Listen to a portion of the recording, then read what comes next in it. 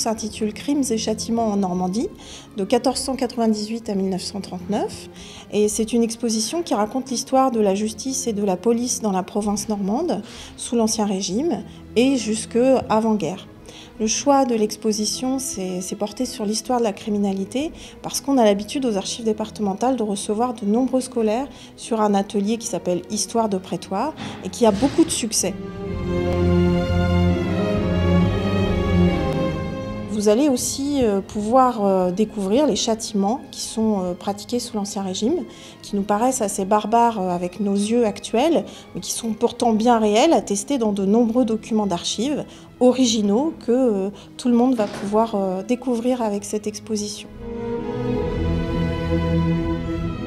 On a dans l'exposition une scène de crime qui nous raconte l'affaire du dernier mineur exécuté en public, qui était un jeune homme havrais, André Vittel, qui avait 17 ans quand il a assassiné sa belle-sœur, parce que le domicile, c'est par excellence avant-guerre le lieu où on tue les victimes. Nous avons eu la chance d'avoir un prêt du manoir du Catel, d'un moulage d'un graffiti de condamné. Donc c'est assez unique, bien évidemment. Nous avons aussi la chance d'avoir des entraves qui nous ont été prêtées par le musée des Antiquités. Et puis nous avons également, nous, des pièces assez incroyables dans nos collections, comme par exemple les procès-verbaux de torture. C'est vraiment très détaillé et ça nous renseigne bien sur l'histoire de la procédure criminelle.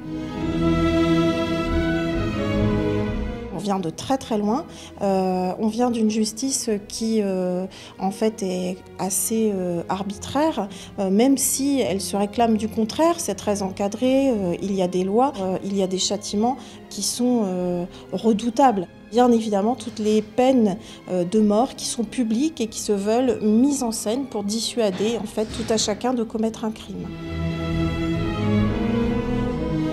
On a voulu aussi retracer en fait un procès. C'est le procès d'un jeune homme qui a été accusé d'avoir tué son père et chacun pourra manipuler en fait des copies des pièces à conviction de ce procès et se faire une idée soi-même par rapport au verdict qui a été énoncé à l'époque, dans les années 30.